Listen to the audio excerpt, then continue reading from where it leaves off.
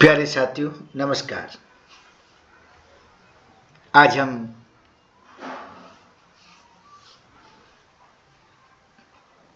प्रदर्शनों की श्रृंखला को समाप्त कर देने के पश्चात हमारे प्रथम वर्ष प्राणिशास्त्र प्रायोगिक में स्लाइड्स हैं और स्लाइड्स के अंतर्गत हम फाइलम आर्थ्रोपोडा के कुछ लार्वे हैं, उन लार्वों का अध्ययन करेंगे।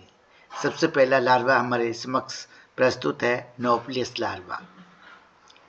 नोप्लियस लार्वा का दृश्य इस प्रकार से होता है।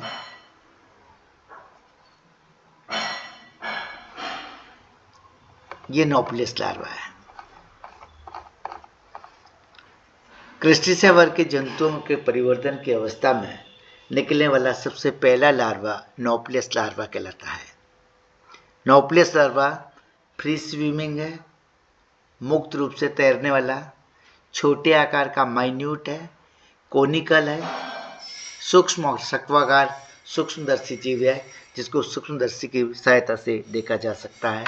इसका अगला भाग चौड़ा और पिछला भाग सकरा होता है। इसका शरीर 3 भागों में विभाजित होता है: सिर, धड़ और द्विपालित गुदीय क्षेत्र, head, trunk and bilobed anal reason. 3 जगह हैं। इसमें 3 जोड़ी उपांग पाए जाते हैं: एंटेन्यूल्स, एंटेना और मैंडिबल। एंटेन्यूल्स यूनिरेमस होता है, एक शाखी। एंटेना बाइरेमस होता है, द्विशाखी श्रृंगिकाएं जिन्हें कहते हैं। और मैंडिबल्स भी बाइरेमस होता है। बाइरेमस का मतलब 2 शाखाओं में विभाजित होता है। इसमें एक मीडियन आई पाई जाती है और एक आर्नार उपस्थित होती है। लार्वा में खंड विहीन है, वेंट्रल नर्व कोड और हार्ट का अभाव होता है।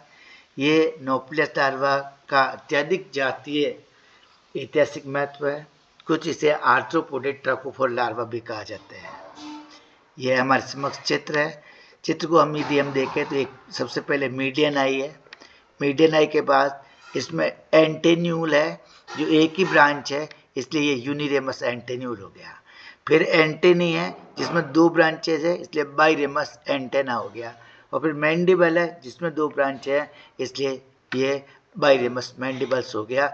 और पीछे वाला रीजन 2 लोब्स में विभाजित होता है, इसलिए बाइलोब्ड एनल रीजन कहा जाता है।